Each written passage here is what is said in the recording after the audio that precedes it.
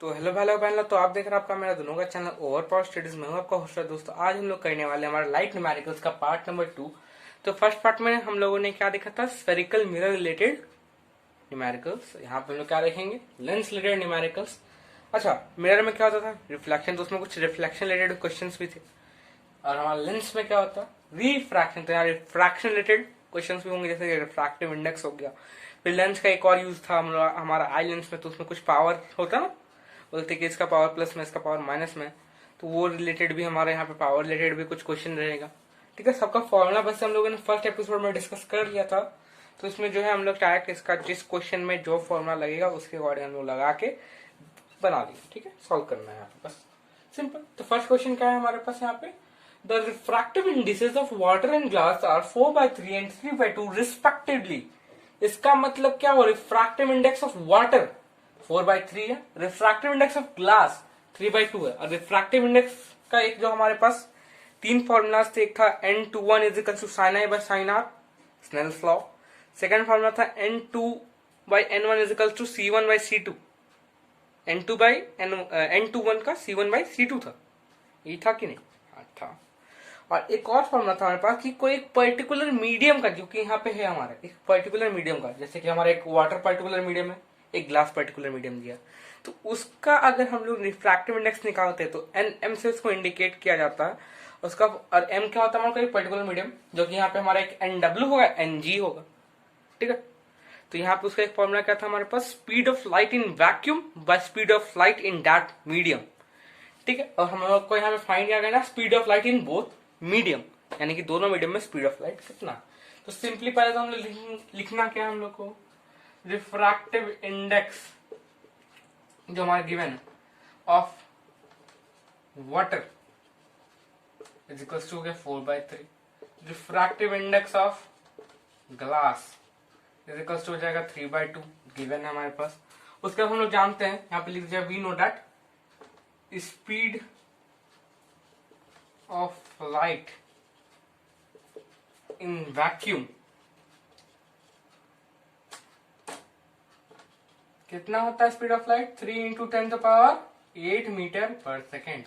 अब सिंपल है, हमारे पास जो फॉर्मूला है कि इधर हमारे पास क्या है कि हमारे पास स्पीड ऑफ लाइट, इसको हम लोग मान लेते हैं आर आई जो है हमारा, इसको मान लेते हैं हम लोग। इसको मानने की क्या जरूरत है, हम लोग को निकालना क्या है, speed of light in water निकालना है। उसको हम लोग लिख देते हैं वी डब्ल्यू। ठीक है, ये जो चीज होगा हमारा स्पीड ऑफ लाइट, ऐसे लेते हैं speed of light in water. ठीक है, ऐसे लिख के वी डब्ल्यू, और speed of light in glass we जी।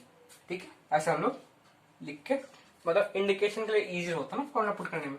तो हमारा क्या होगा, इसको हम लोग जानते हैं सी से इंडिकेट किया जाता है, तो सी बाई वी डब्ल्यू ना, C by V W is equals to 4/3। ठीक है, ये हम लोग जानते हैं। तो सी क्या आ गया हमारा, 3 × 10⁸ मीटर पर second by V W is equals to 4/3। अब हम लोग क्या करते हैं, वी डब्ल्यू को उधर ले जाते हैं, 4/3 को इधर ले आते हैं ना, इजी पड़ेगा हम लोग को।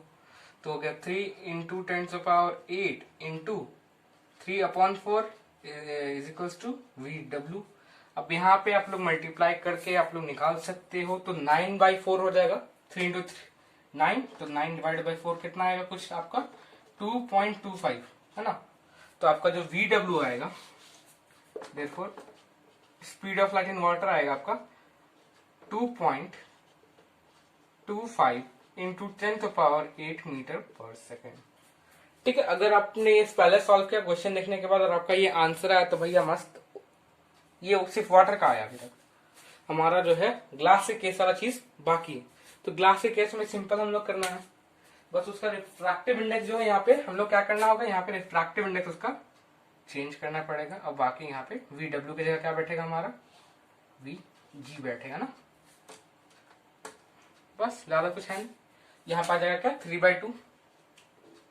3/2 आ जाएगा, यहाँ वी जी आएगा, 3 × 10⁸ इंटू 2/3 हो जाएगा, उधर जाएगा तो है ना, 3 cancel is equals to v g. तो वीजी कितना है हमारा, 2 × 10⁸ मीटर पर सेकंड। अगर आपको स्पीड ऑफ लाइट याद है तो ये तो आंख बंद करके बनने वाला क्वेश्चन है। डायरेक्ट आपको अगर जब जनरल आपका जो लीनियर इक्वेशन सॉल्व करने का आपका एबिलिटी या कैपेबिलिटी अच्छा है तो ये तो अभी बनने वाला है। बेकार में लंबा टाइम देना। ठीक है, सिंपल क्वेश्चन था, ज्यादा कुछ था नहीं। हम लोग क्या किया था, सिंपल जो है हमारा एनएम वाला फॉर्मूला पुट किए थे यहाँ पे, जो था speed of light by speed of light in that medium. ठीक है, ये फॉर्मूला पुट किए और इज इक्वल टू क्या आएगा, उसका रिफ्रैक्टिव इंडेक्स आएगा। तो रिफ्रैक्टिव इंडेक्स के इसको हम इक्वेट कर दिए। उसके बाद जब हम लोग इसको सॉल्व करते हैं, जैसे आप लोग नॉर्मली सॉल्व करना आप लोग कर सकते हो, आपको जैसा सुविधा। उसके बाद जो आपका आंसर आएगा, एक ग्लास के केस में 2 × 10⁸ और वाटर केस में 2.25 × 10⁸ मीटर पर सेकंड। यूनिट लिखना नक को भूलने का रे बाबा ने, तो नंबर टीचर नंबर देना भूल जाएगा। ठीक है, तो अब आगे बढ़ते हैं हमारे सेकंड क्वेश्चन पर।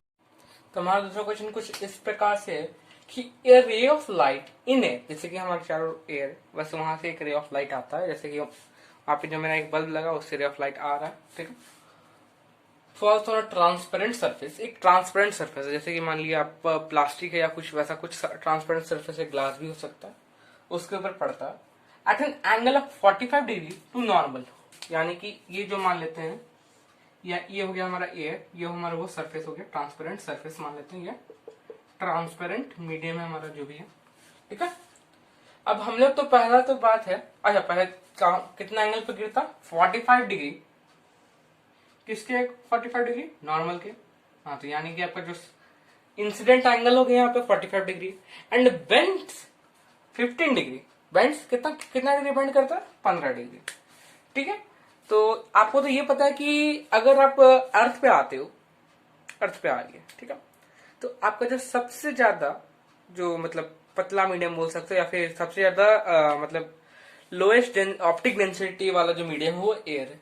और आप लोग को ये भी पता हो कि लगभग speed of light in air equals to speed of light in vacuum होता है, ये भी आपको पता होना चाहिए। और यानी कि आपका speed of light in air कितना है, 3 × 10⁸ मीटर पर सेकंड। अप्रोक्स हम लोग उतना ही लेते हैं, वैसे उससे थोड़ा कम होना चाहिए, 2.97 कुछ है शायद। किसी को अगर एग्जैक्ट वैल्यू याद हो तो नीचे कमेंट में बताइए। ठीक है, अब आपको बोला गया 15 डिग्री बेंड करता है, तो आपको तो पहले एक मीडियम बता दिया एयर है, सेकंड जो है वो दूसरा कोई ट्रांसपेरेंट मीडियम पे एंटर करने के बाद बेंड होता है। अब या तो वो जैसे कि मान लियो कि अगर ये यहां से आया तो ये तो सीधा ऐसे निकलना चाहिए, बट वो बेंड करता है, या तो वो इस साइड बेंड करेगा या तो वो इस साइड बेंड करेगा। 15 डिग्री दिया वो 15 डिग्री, तो बेंड किस साइड करेगा, तो आपको रेयर और डेंसर के मुताबिक पता होना चाहिए कि अगर वो रेयर है, जो कि एयर हमारा रेयर है, उससे अगर वो डेंसर में आता है तो वो किसके तरफ, वो मतलब किसके तरफ हो जाएगा, नॉर्मल के तरफ बेंड करेगा। यानी कि 15 डिग्री वो इस साइड बेंड करेगा। कितना डिग्री, 15 डिग्री। ठीक है, यानी कि जो आपका साइन आर बनेगा यहाँ से, जो आपका साइन आर यहाँ पे बनने वाला है वो आपका जो है कितना बनेगा, 45 माइनस 15 डिग्री। ठीक है, यहाँ पे हम आपको ऐसे समझा रहे हैं। अब यहाँ पे जो हम लोग को जो जनरल लिखना है वो चीज यहाँ पे लिखेंगे सॉल्यूशन में। तो हियर ऐसे लिख दिया, फिर गिवन लिख दियो, गिवन इंसिडेंट एंगल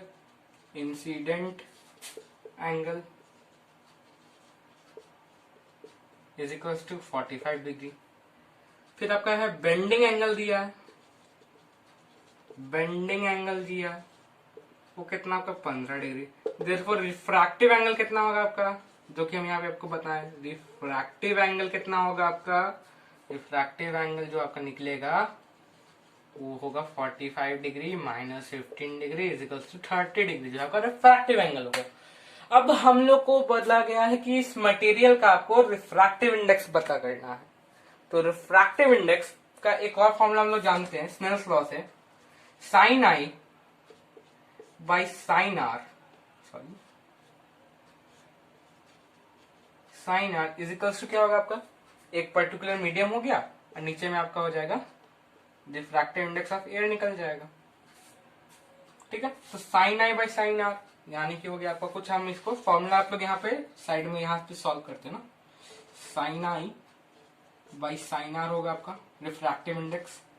यहाँ पे क्योंकि हम लोग एयर ले रहे हैं, एयर है यहाँ पे, तो इसके मुताबिक क्या हो गया कि हम लोग जो भी आपका जो कैलकुलेशन के बाद जो डेरिवेशन निकलेगा, जो भी आपका वैल्यू होगा, वो आपका refractive index of particular medium होगा, क्योंकि एनएम में हम लोग किससे उसको इवेल्युएट करते थे, वैक्यूम से।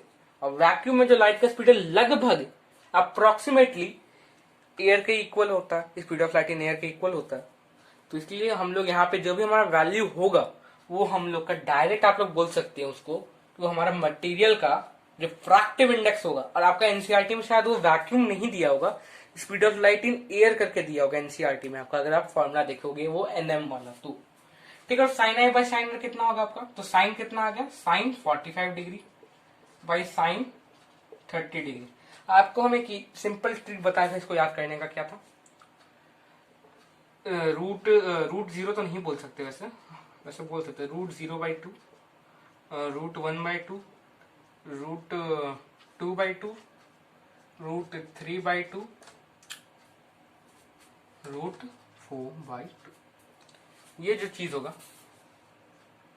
रूट 4/2, ये जो आपका है ये sine 0, sine 30, sine 45, sine 60, sine 90 का वैल्यू याद करने का सबसे इजी ट्रिक है। नीचे सबका बाय 2 बैठा दो, ऊपर में रूट रूट रूट रूट 1 2 3 4 0 1 2 3 4, सबसे इजी ट्रिक। और कॉस में जस्ट उल्टा हो जाता, आपका उल्टा चलेगा, 90 से 0 होता, 4 1 0 डिग्री पर होता। ठीक है, सबसे इजी ट्रिक हम आपका साइन वाला बता दिए, यहाँ पे 0 1 2 3 सबका रूट बना दो और बाई 2 लगा देने का।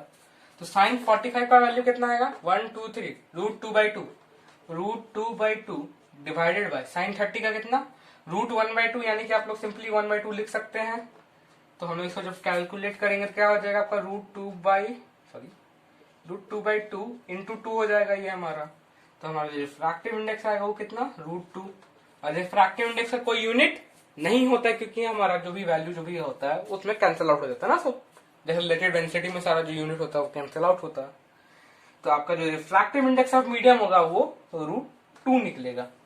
अगर आपको इसके एडिशनल में अगर आपको पूछा जाए कि भैया अब बताओ speed of light in medium क्या हुआ, तो speed of light in medium कैसे कैलकुलेट करोगी।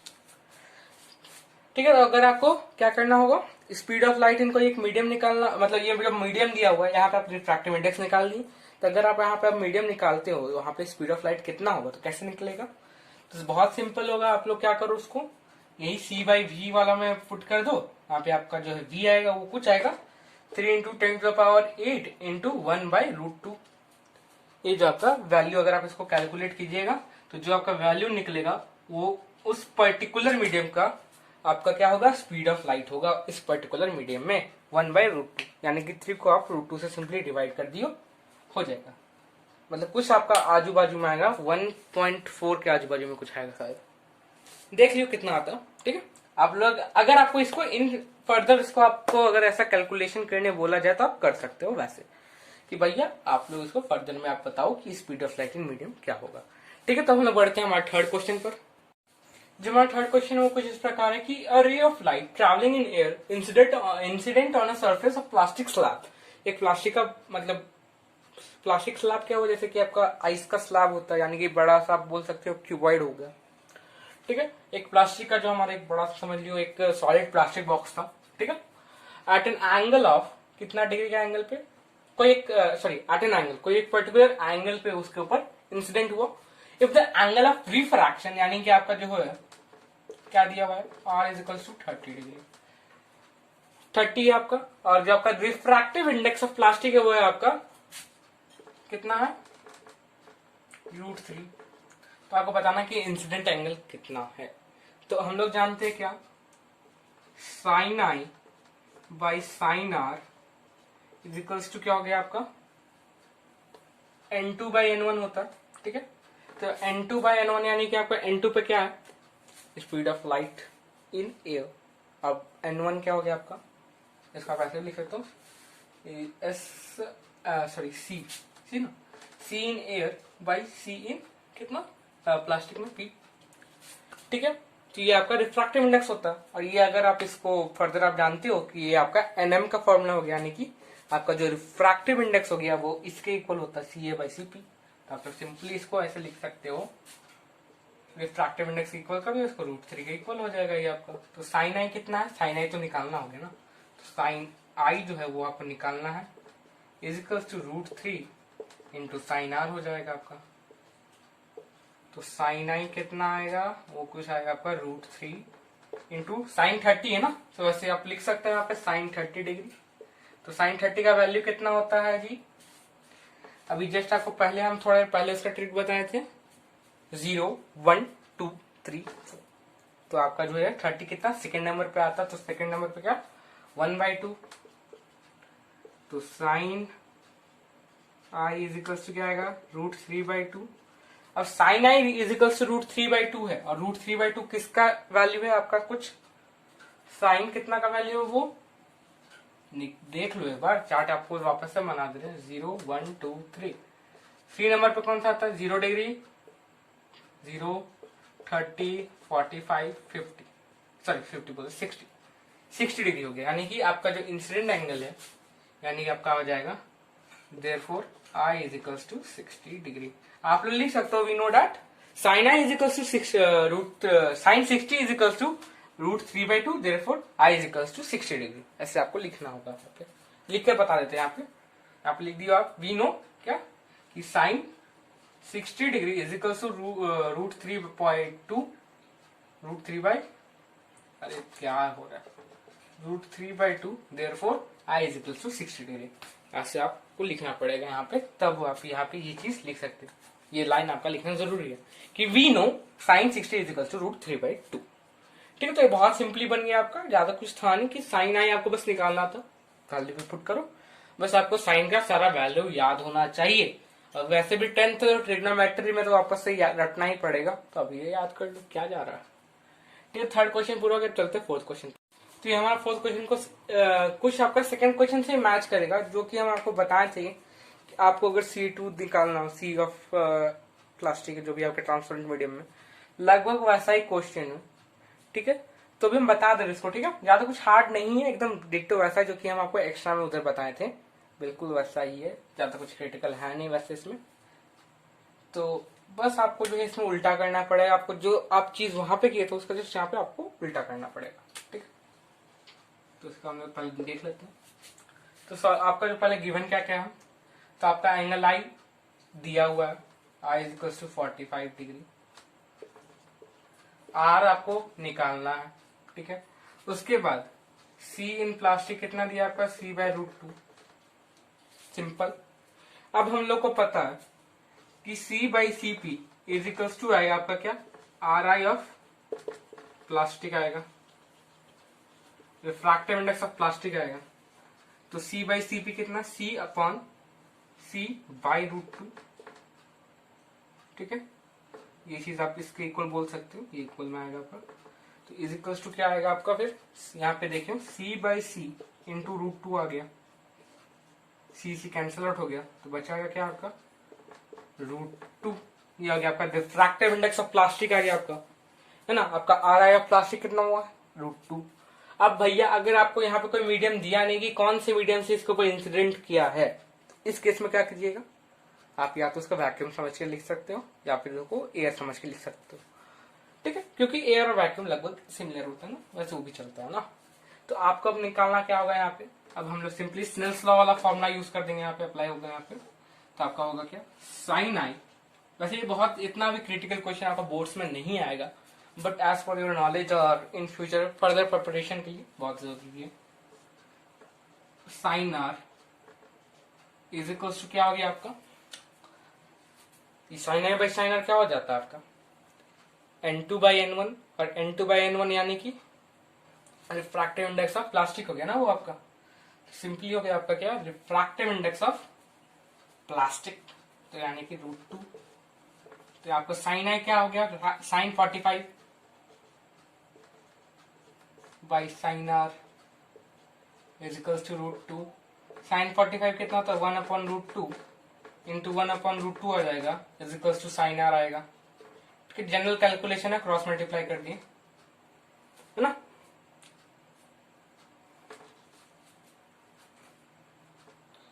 यहाँ पे आपका क्या हो जाएगा, 1/2 is equals to sine r, अब साइन आर ना, तो हम लोग जानते क्या है, बिकॉज साइन कितना डिग्री 1/2 होता है, sine 30 degree is equals to 1/2, therefore R is equals to आ गया 30 डिग्री। ठीक है, सिंपल था, एज सिंपल एज दैट, इससे इजी हमसे तो नहीं बनता।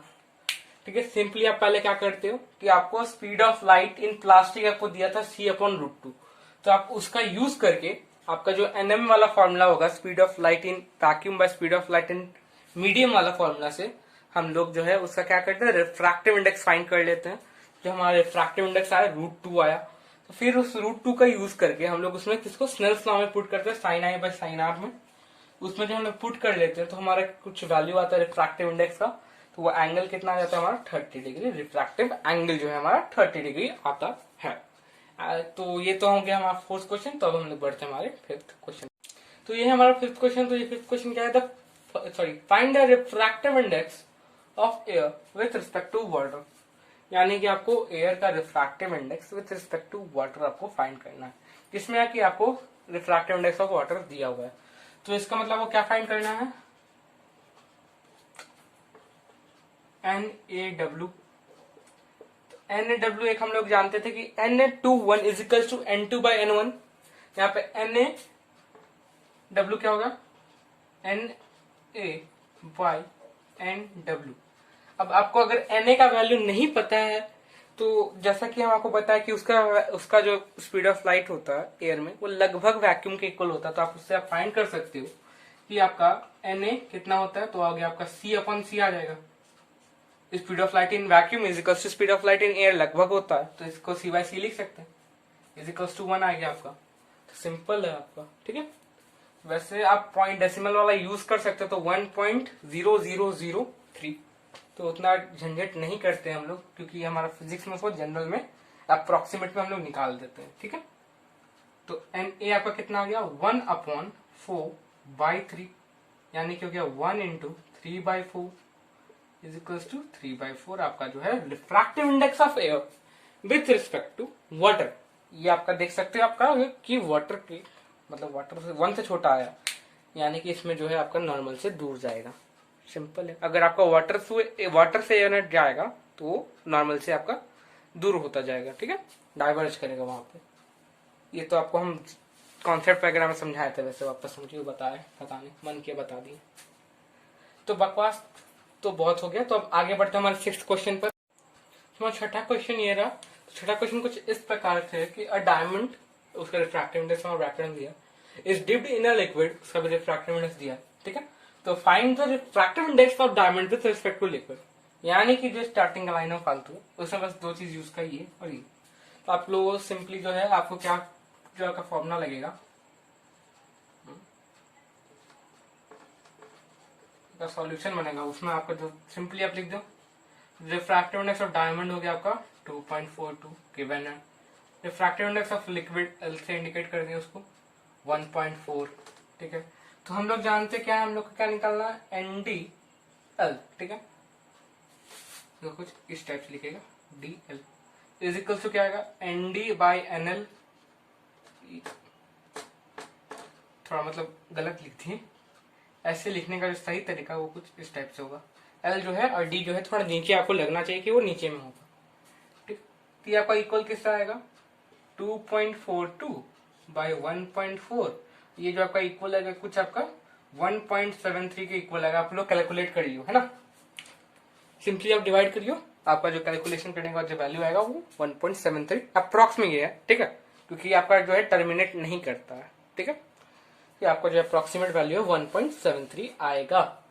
तो आप इसको सिंपली है, बहुत सिंपल है, ज्यादा कुछ था नहीं, बस आपको जो है फॉर्मूला पुट करना था और उसका कैलकुलेशन बस सब सही करिएगा, उसका आंसर आपके सामने। ठीक, तो हम लोग बढ़ते हैं हमारे नेक्स्ट क्वेश्चन पर, जो है हमारा क्वेश्चन नंबर 7। तो हमारा 7वां क्वेश्चन कुछ इस प्रकार से कि an object is placed at a distance of 30 centimetre from a convex lens, यानी कि कॉन्वेक्स लेंस है, उससे ऑब्जेक्ट कितना डिस्टेंस पे प्लेस है, 30 सेंटीमीटर पर। ठीक है, और कॉन्वेक्स लेंस का फोकल लेंथ कितना, 20 centimetre. Find the image position and nature. ठीक है, इसमें जो जनरल आपको क्वेश्चन आएगा कि एफ हम लोग पॉजिटिव लेंगे या नेगेटिव, तो ये चीज समझो आप कि कन्वर्जिंग रे आपका रियली और वर्चुअली कहाँ मीट करता है? तो वो मिरर की उस साइड यानी पॉजिटिव साइड पे पड़ रहा है कार्टेशियन प्लेन के, जो हमारा कार्टेशियन प्लेन सिस्टम है उसमें 20 सेंटीमीटर कहाँ पड़ रहा है हमारा? पॉजिटिव साइड पे। तो अगर हम लोग सॉल्यूशन में लिखते हैं अब एफ जाकर पॉजिटिव 20 सेंटीमीटर आएगा, पॉजिटिव तो लिखते नहीं तो चलेगा। फिर आपका जो है क्या दिया हुआ, ऑब्जेक्ट पोजीशन यानी कि यू दिया हुआ है आपका, ठीक है। यू क्या है आपके पास? -30 सेंटीमीटर ना। अब आपको फाइंड क्या करना है? v, और उसका नेचर आपको फाइंड करना है। तो नेचर फाइंड करने के लिए आपको उसका मैग्निफिकेशन भी निकालना पड़ेगा ना, क्योंकि हम लोग तो जानते नहीं है मैग्निफिकेशन का प्लस माइनस के मुताबिक ना हम लोग डिसाइड करते हैं कि वो रियल है या वर्चुअल। सिंपल बात है, ठीक है। इसका हो गया आपका मैग्निफिकेशन में क्वेश्चन। तो हमारे पास एक फॉर्मूला है 1/v minus 1/u is equal to 1/f। 1/v तो निकालना ही था भैया, माइनस तो 1/-30 हो या -1/30 हो, बात तो सेम रहेगा ना, इज इक्वल टू 1/20। तो 1/v is equal to 1/20 plus minus 1/30, normal mathematics है जनरल। तो 1/v इज इक्वल टू क्या आएगा? 1/20 minus 1/30। 1/v is equal to कितना आ गया? 60 आएगा एलसीएम। तो 3 minus 2, 1/v is equal to 1/60। v is equal to 60 आ गया, यानी कि ऑब्जेक्ट का डिस्टेंस लेंस से कितना दूर का डिस्टेंस है आपका? 60 सेंटीमीटर, और ये पॉजिटिव है यानी कि वो लेंस के उस साइड है, पॉजिटिव साइड है ना। पॉजिटिव साइड ऑफ लेंस के पॉजिटिव साइड में फॉर्म होगा। अब उसके बाद हम लोग को यहाँ से नेचर तो पता नहीं चला, तो नेचर फाइंड करना रहेगा। तो कौन सा फॉर्मूला? मैग्निफिकेशन यानी निकालना होगा। अब मैग्निफिकेशन का यहाँ पे फॉर्मूला क्या है? मिरर के केस में क्या था? -v/u था मैग्निफिकेशन में, तो यहाँ होगा आपका v/u, है ना। तो आपका m इज इक्वल टू क्या आएगा आपका? v/u। v कितना आया? 60। u कितना आपका? -30, तो क्या? -2। अब यहाँ पर आपका माइनस क्या शो कर रहा? माइनस आप लोग सिंपली लिख सकते हो, and in the negative sign of the magnification shows that the image formed is real। Real है तो भैया सिंपल रिलेशन है, रियल मतलब inverted, is real and inverted. बहुत सिंपल है, ज्यादा कुछ क्रिटिकल है नहीं वैसे इसमें, है ना, इजीली निकल जाएगा ये। बस आपको याद रखना होगा कि नेचर निकालने के लिए आपको मैग्निफिकेशन का जरूरत पड़ेगा। वैसा नहीं कि आप वहां पे आपको पॉजिटिव नेगेटिव से वैसे डिसाइड नहीं कर सकते हो लेंस के केस में, ठीक है। सब आगे बढ़ते हैं हम लोग, क्योंकि नेचर में आपका तो मतलब सब कुछ आ जाता ना, इसलिए, ठीक है। आगे बढ़ते हैं। और एक इम्पॉर्टेंट चीज जो कि हम आपको बताना भूल गए कि आपका अगर लेंस ये हो गया ना, ठीक है, आप मैग्निफिकेशन से आपको क्या पता चला? नेगेटिव साइन से वो इन्वर्टेड, ठीक है। और रियल वाला चीज है, आप एक तो यहां से तो पता चल रहा है कि अगर वो इन्वर्टेड है मतलब वो मैक्सिमम चांसेस होता है कि वो रियल होता है। बट अगर आपका लेंस के केसेस में आप अगर जनरल देखोगे, अगर आपका ऑब्जेक्ट इधर है तो उसका इमेज कुछ यहाँ पे बनता है ना, एक जनरल डायग्राम बनाया है, ठीक है। इसको कुछ ऐसा समझ लो, एक सेकेंड, ऐसा बनेगा यहाँ पे। तो ये देखो यहाँ पे ऑब्जेक्ट सॉरी इमेज जो आपका फॉर्म हो रहा है वो पॉजिटिव साइड है फॉर्म हो रहा है ना। तो ये चीज आप लोग दिमाग में रखना कि अगर आपका व्यू पॉजिटिव आया उसका मतलब कि इमेज रियल है। हम वो चीज हम पहले मतलब देखे नहीं थे, तब बाद में जब थोड़ा सा इसको नोटिस किए तो हमको समझ याद आया वापस कि हम ये चीज बताना भूलिए आप लोग को। तो ये चीज आप लोग थोड़ा दिमाग में रखिए, ठीक है। आगे बढ़ते हैं हमारे। तो हमारा 8वां क्वेश्चन कुछ इस प्रकार से कि 2 सेंटीमीटर हाई ऑब्जेक्ट, एक 2 सेंटीमीटर ऊंचा object is placed 12 centimetre from convex lens, यानी कि हमारा जो कॉन्वेक्स लेंस हो उससे 12 सेंटीमीटर के डिस्टेंस पर एक सुई है या फिर कोई भी एक ऑब्जेक्ट है जिसका हाइट है 2 सेंटीमीटर, ठीक है। अब जो इसका इमेज फॉर्म होगा उसका जो साइज है वो कैसा इमेज है? पहले तो रियल इमेज है, और उसका जो साइज है, अब रियल है तो भैया कैसा होगा? इन्वर्टेड होगा। और रियल यहाँ पे कहाँ बनता है? इधर, और इन्वर्टेड नीचे। इसका 1.5 सेंटीमीटर, ज्यादा बड़ा बन गया, 1.5 सेंटीमीटर है, ठीक है। अब आपको बताना है कि लेंस का पावर कितना है। ठीक है, ये आपका मैथ्स के उसी सवाल के साथ लग रहा होगा कि एक बस है जो इतने कुछ 40 किलोमीटर पर आवर की स्पीड से जा रही है, उसके ऊपर जो है एयर का जो फ्रिक्शन है वो कुछ 2 न्यूटन का फ्रिक्शन लग रहा है, या फिर बोल सकते हो अपोजिंग फोर्स लग रहा है। तो आपका ड्राइवर का एज क्या है? तो ऐसा तो क्वेश्चन होता नहीं, हम लोग भी जानते हैं, जो रियल में मैथ सॉल्व करता है उसको पता है, और मजाक के लिए तो मैथ्स को मजाक ही बना के रखा है। ठीक है, तो यहाँ पे जो है आपका लगेगा वैसा क्वेश्चन है, बट वैसा नहीं है, एकदम रिलेटेड है। कैसे रिलेटेड है आप लोग देखिए। तो सॉल्यूशन में जब आप लोग लिखते जाइएगा ना, आपको खुद समझ में आएगा कैसे सॉल्व होने वाला है। तो आपका तो पहले दिया हुआ है क्या, हाइट h दिया हुआ है 2 सेंटीमीटर, h डैश दिया हुआ है 1.5, बट वो इन्वर्टेड होगा -1.5 सेंटीमीटर। ठीक है, अब आपका अलग चीज, अब दूसरा चीज क्या है, आपका u दिया हुआ है 12 सेंटीमीटर। ठीक है, u दिया हुआ है आपका 12 सेंटीमीटर, माइनस में ना, u ऑलवेज नेगेटिव। अब आपको फाइंड क्या करना है, पावर के लिए फाइंड करना रहता है। अब हमको पता है कि u और f का सीधा रिलेशन तो नहीं है, उसमें एक और सब्सटेंस की जरूरत होती है, जो सब्सटेंस है हमारे पास नहीं है, जो कि है v। तो हम लोग को v भी कैलकुलेट करना पड़ेगा। तो सिंपल हम लोग यहाँ पे 2 फॉर्मूला लगा सकते हैं, h dash upon h is equals to minus कहां से आ गया यहाँ पे, v बाई u।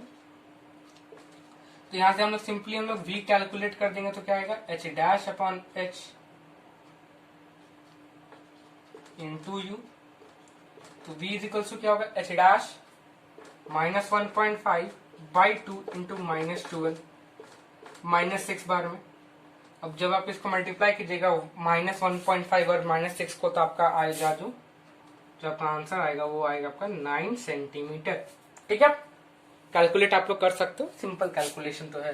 15 का टेबल पढ़ना और 1.0 यहाँ करना पड़ेगा बस। अब आगे क्या करना हम लोग को भैया, तो अब हम लोग एक और रिलेशन जानते हैं क्या, 1/f is equals to 1/v minus 1/u, यानी कि 1/f is equals to 1/v कितना आया 9 माइनस, अब भैया 1/-12 लिखे या -1/12 लिखे, बात तो सेम रहेगा। तो अब आपका 1/f इज इक्वल्स टू क्या आ गया आपका 1/9 minus minus plus 1/12। 1/f is equals to क्या आया 12 में 9 कैल्शियम बताइयो 36 ना, तो ये हो गया 9 4 जा 36, 12 3 जा 36 इज इक्वल्स टू 7/36 आया आपका। अब आपका 1/f इज इक्वल्स टू 7/36 आया, तो f इज इक्वल्स टू कितना आएगा, इसको हम लोग थोड़ा इरेज करके यहाँ बनाते हैं ना। हमारा जो है 1/f आया 7/36, तो f आ जाएगा हमारा 36/7 सेंटीमीटर में था ना सर, सारा यूनिट हमारा सेंटीमीटर में था। और हम लोग जानते हैं पावर के लिए हमारा फोकल लेंथ कितना होना चाहिए, मीटर में। तो अगर हम लोग यहाँ पे f इन मीटर्स निकालेंगे तो कितना होगा, हम लोग को इसको क्या करना पड़ेगा 36/7, इसको 100 से डिवाइड करना पड़ेगा, यानी कि कुछ इस टाइप से आपका इक्वेशन बन जाएगा 36/700, या फिर आप लोग इसको ऐसे भी छोड़ सकते हो 36/7 इंटू 100 में भी, है ना। ये आपका किस में आ गया, मीटर्स में। अब हम लोग जब पावर फाइंड करेंगे तो कैसे होता है हमारा पावर का फॉर्मूला, हाँ, तो power is equal to 1/f, यानी कि इसका जस्ट अपोजिट कर दियो 7 इंटू 100/36 यूनिट डायोप्टर, 4 से जाएगा 25, 9, आपका आंसर आएगा कुछ कितना आएगा 7×5 = 35 का 5, 3 हाथ में 7 दूनी 14, 3 17, 175/9 डायोप्टर। ये जो है आपका इतना आपका पावर आएगा उस लेंस का। ठीक है, कौन सा लेंस का, कॉन्वेक्स लेंस का। ये हो गया हमारा 8th क्वेश्चन भी कंप्लीट। अब बढ़ते हैं हम लोग, अब थोड़ा यहाँ बस बहुत कॉन्वेक्स देख लिया, अब कॉनकेव भी थोड़ा देखते हैं, चलते हैं कॉनकेव की तरफ। तो हमारा जो 9th क्वेश्चन कुछ इस प्रकार से है कि a 3.5 centimeter high object is placed at a distance of 12 centimeter from a concave lens of focal length 16 centimeter. Find image size. समझ में कुछ नहीं आया, चलता है उसमें। वापस से एक बार समझ लियो कि एक 3.5 सेंटीमीटर हाई ऑब्जेक्ट, यानी कि एक ऑब्जेक्ट का साइज है हमारा 3.5 सेंटीमीटर, ठीक है, इस place at A distance of, एक डिस्टेंस पे प्लेस है वो कुछ 12 सेंटीमीटर पे एक कॉन्केव लेंस से, ठीक है, और कॉन्केव लेंस का जो हमारा फोकल लेंथ है वो 16 सेंटीमीटर है। अब हम लोग को क्या बताना है, उस इमेज का साइज, है ना। तो हम लोग को पता है कि कॉन्केव लेंस में डाइवर्जिंग सॉरी कन्वर्जिंग रे कहाँ होता है, मतलब वर्चुअली कहाँ कन्वर्ज करता है, इस साइड में ना, वर्चुअली यहाँ पे कन्वर्ज करता है, वर्चुअली वहीं पे कन्वर्ज करता है ना, ये तो पता है हम लोग को। तो एफ हमारा नेगेटिव लेना होगा यहाँ पे। तो हम लोग जब सॉल्यूशन लिखते हैं अब, तो पहले तो h 3.5 सेंटीमीटर, हम लोग को क्या फाइंड करना है, h डैश, ठीक है। अब दूसरा क्या दिया हमारा, u दिया हुआ है -12 सेंटीमीटर, f दिया हुआ है -16 सेंटीमीटर। अब हम लोग के h और h डैश का रिलेशन है उसको निकालने के लिए हम लोग को एक और एलिमेंट v का जरूरत होता है, तो वो भी निकालना पड़ेगा। तो v निकालने के लिए बहुत इजी, 1/v - 1/u = 1/f। बहुत सिंपल क्वेश्चन, मतलब बहुत सिंपल इक्वेशन जो पुट करना है हम लोग को यहाँ पे। अब इसको हम लोग पुट करेंगे वैल्यू 1/v माइनस, अब 1/-12 हो या -1/12 हो, बात सेम रहेगा, = 1/-16 और -1/16, वही चीज। तो 1/v = -1/16 प्लस -1/12, 1/v = -1/16 -1/12। अब 12 और 16 का एलसीएम निकाल लेते हैं, 4 × 12 16 किया, 16 3 48 ना। तो इसको जब हम लोग सॉल्व करेंगे तो क्या आएगा हमारा, 1/v = 48, यहाँ पे 16 3 था, -3 आ गया, यहाँ -4 आ जाएगा। तो 1/v = -7/48, v = 48/-7 या फिर -48/7, इतना सेंटीमीटर आपका v आ गया। अब आपको निकालना क्या है, h डैश, -48/7 आपको आ गया क्या, v।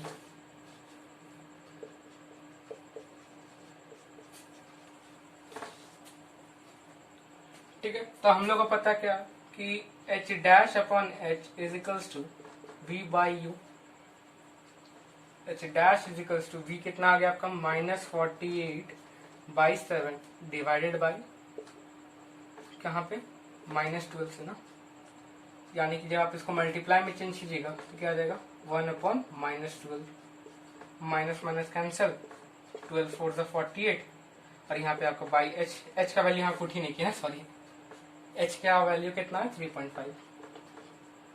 आपका h डैश कितना हो गया, 4/7 × 3.5 सेंटीमीटर में आएगा ना आंसर। हम सॉल्व करते जा रहे, उतना भूलने का पावर नहीं रहा मेरे अंदर। ये आएगा आपका 2 बार में, ये आएगा वो 5 बार में, 5 हो जाएगा ये 7 बार में, 7 7 कैंसिल हो गया, h = 2 सेंटीमीटर आएगा आपका, h dash sorry h dash आपका कितना, 2 सेंटीमीटर आएगा। जनरल है, उतना हम बोलने का अब लास्ट में एनर्जी नहीं बचता अंदर ना, कंटिन्यूसली बना रहे इसको। तो यहाँ बहुत सिंपल, पहले हम लोग क्या किए, v फाइंड किए 1/v - 1/u वाले फॉर्मूला से, लेंस में 1/v - 1/u, मिरर में 1/v + 1/u। उसके बाद हम लोग जो v फाइंड किया उसको हम लोग यहाँ पे h डैश अपॉन h में पुट करके यहाँ बहुत काट छाट करना पड़ेगा, और काट छाट करने के बाद हमारा 2 सेंटीमीटर आ गया। ठीक है, आप लोग जब इसको सॉल्व कीजिएगा तो जनरली बहुत इजीली बनेगा। आपको यहाँ पे देखने पे लग रहा है कि कैसे कैसे बना दिए हम, बट जब आप एक बार पेन उठाइए, कॉपी में बनाइए, बहुत सिंपली बनेगा, ज्यादा कुछ दिक्कत नहीं होगा। अब जो है हम लोग बढ़ते हैं अपने नेक्स्ट और लास्ट क्वेश्चन। तो हमारा लगभग समझ लियो आखिरी क्वेश्चन है। तो यहाँ पे हमारा क्या है क्वेश्चन, कि an object is place before a concave lens, concave lens है, ठीक है। उससे पहले हमारा जो है ऑब्जेक्ट जो है प्लेस है यहाँ पर, ठीक है। अब दिया the size of image form by lens is half the size of object, ठीक है। तो हम लोग सॉल्यूशन जब बनाते हैं इसका, तो हम सिंपली यहाँ पे आपका एफ तो इधर होता है कॉनकेव में, डाइवर्ज सॉरी कन्वर्ज वर्चुअली तो यहाँ करता है ना, तो हमारा एफ जो होगा पॉजिटिव आएगा 12 सेंटीमीटर। अब जो है यहाँ पर सॉरी नेगेटिव आएगा ना, यहाँ पे तो नेगेटिव होता है, पॉजिटिव गलती से बोल दिया, ठीक है नेगेटिव। और जो हमारा मैग्निफिकेशन है कितना, हमारा हाफ का मैग्निफिकेशन दिया ना, half the size of object, ठीक। तो हाफ का मैग्निफिकेशन हो गया। अब यहाँ पे देखो, अब हमारा वर्चुअल बनता है, तो वर्चुअल में मैग्निफिकेशन कैसा होगा, पॉजिटिव होता है। तो एम आपका दिया हुआ है क्या 1/2 is equals to h dash upon h, ठीक है। ये चीज आप लिखो मत लिखो चलेगा। अब यहाँ पे जब क्वेश्चन आता है कि calculate the distance of object from the lens, तो भैया आप बताओ कि आपका यहाँ पे डिस्टेंस कितना है, निकल जाएगा क्या इस दो डाटा से। ना हम यहाँ से एच डैश बाय एच निकाल सकते हैं, ना हम ना हमारे पास वी है जो हम लोग कुछ और यू वगैरह निकाल सकते हैं। हम लोग को इन्हीं दो चीजों का यूज करके निकालना है, बट कैसे निकालेंगे, किसी के पास कोई आइडिया है तो बोलो, है कोई आइडिया क्या? कोई तो एक छोटा सा बहुत मतलब अब समझ लो ना, एच.सी. वर्मा का क्वेश्चन है थोड़ा। अब आईआईटी कानपुर के प्रोफेसर हैं, तो भैया छोटा मोटा क्वेश्चन तो है नहीं, थोड़ा सा इजी क्वेश्चन है वैसे। बस आपको थोड़ा सा जो है, अगर आप मैथमेटिक्स में अच्छे हो तो ये इजीली बनेगा। जिससे बन पाएगा नीचे कमेंट में बताइए, ठीक है। और जिससे नहीं हो रहा तो एक बार ट्राई करो, एक बार अपना जो इतना आपके पास दिमाग है ना 100% यूज करो, कितना बनता है, कितना आपसे कितना आप नजदीक पहुंचते हो वो देखना, ठीक है। तब हम उसका सॉल्यूशन बनाते हैं। तो पहले तो हम लोग को क्या निकालना होगा, तो यहां से हम लोग को पता है 1/v - 1/u is equals to 1/f, ठीक है। अभी कुछ पुट मत करना, बस अभी बस देखो, ठीक है। अब यहाँ पे हम लोग को पता है 1/v यहाँ से कितना आ जाएगा 1/f प्लस 1/u। इसको जब कैलकुलेट करेगा तो 1/v, f और u कैल्शियम तो आ गया fu, यहाँ पे होगा u प्लस f, तो v कितना हो जाएगा आपका uf/u प्लस f, ये हो गया आपका v का वैल्यू, ठीक है। कोई दिक्कत इतना में, किसी कोई दिक्कत तो नहीं होनी चाहिए। अब हम लोग मैग्निफिकेशन जानते हैं, क्या जानते हैं मैग्निफिकेशन, या फिर हम लोग इसको लिख सकते हैं हम लोग v/u इज इक्वल्स टू 1/2 होता है, सब जानता ही है, ठीक है। अब हमारे पास v का वैल्यू है, मैग्निफिकेशन ना सॉरी, अब हमारे पास v का वैल्यू ये है, तो इसको v की जगह पुट कर देते हैं uf/u plus f into 1/e is equals to 1/2 आ गया। अब यहाँ से देखियो u और u कैंसिल हो गया, ठीक है। अब हमारे पास जो वैल्यू है क्या है f/u plus f is equals to 1/2। अब यहां से क्या करना है, दोनों को उल्टा कर दो। तो यहां से आपका जो है दोनों को जब आप उल्टा करोगे क्या होगा u plus f/f is equals to 1/2, ठीक है। इतना तक क्लियर है, हम इस पार्ट को अभी रेस करने वाले, ठीक है। u plus f/f is equals to 1/2 कैसे है, एकदम सिंपल जनरल कैलकुलेशन किए यहाँ पे, ज्यादा कोई डिफिकल्ट कैलकुलेशन नहीं हुआ अभी तक और होगा भी नहीं। इसमें सिंपल क्वेश्चन है, बस आपको समझने में दिक्कत होती है कि आप लोग को कैसे आप यहाँ पे फाइंड आउट करने वाले हो, कौन सा फॉर्मूला को किस तरह यूज करके आप फाइंड करने वाले हो, उसी में बहुत प्रॉब्लम होता है, बाकी सब सिंपल है। तो इस पार्ट को अभी रेस करते हैं हम। अब यहाँ पे देखियो u plus f/f is equals to 1/2 sorry 1/2 कहां से, तो रेसिप्रोकल कर देना पूरा, इज इक्वल्स टू 2 आ गया, ठीक है। f/u plus f is equals to 1/2, तो पूरा रेसिप्रोकल करके दोनों साइड को हम लोग कर सकते हैं, मैथमेटिकल रूल है इसलिए, ठीक है। तो अब क्या होगा यहाँ पे, अब आप जब इसको तोड़ोगे तो क्या होगा u/f plus f/f is equals to 2। अब यहाँ पे देखियो u/f f कैंसल आउट होके 1 हो जाएगा, plus 1 is equals to 2। u/f कितना हो गया आपके पास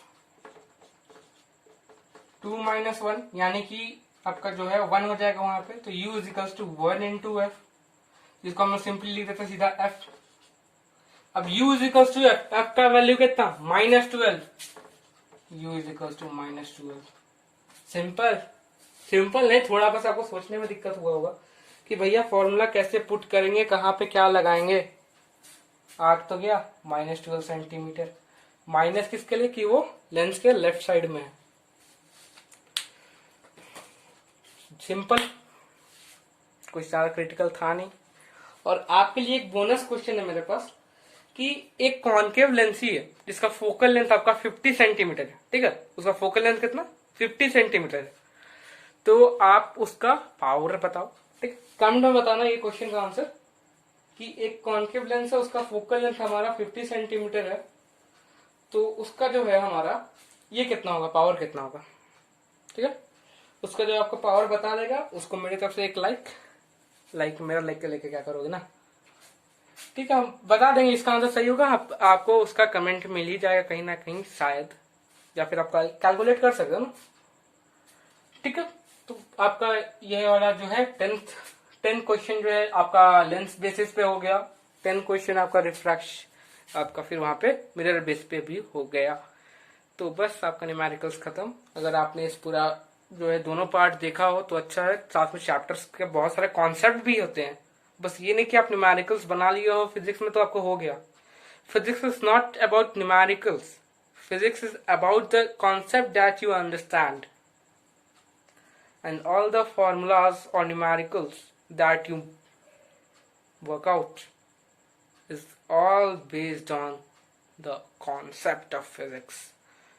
और वैसे भी सब कोई जानता ही होगा फिजिक्स नहीं है तो आगे आपका मशीन्स क्या करेगा, आपका घर वगैरह बनेगा कि नहीं, क्योंकि उसमें बहुत कुछ लगता है लॉजिक कि आप जो आपका जो है, अगर आप जनरली कोई देखता नहीं है बट अगर आप देखोगे तो आपका सेंटर ऑफ मास वगैरह जब आप इन फ्यूचर पढ़े होगे तो उसका सेंटर ऑफ मास या लाइन पे होना चाहिए, अगर उससे ज्यादा टेढ़ा मेढ़ा गया तो गिर सकता है। सिंपल है, इसलिए ट्राई भी किया जाता है कि वो सीधा ही बनाया जाए, है ना। ठीक है, तो ये तो बहुत ज्यादा भाषण के हो गया मेरा। ठीक है, तो चलते हैं अब हम, तो मिलते हैं नेक्स्ट वीडियो में, तब तक के लिए tata bye bye, good night, sweet dream.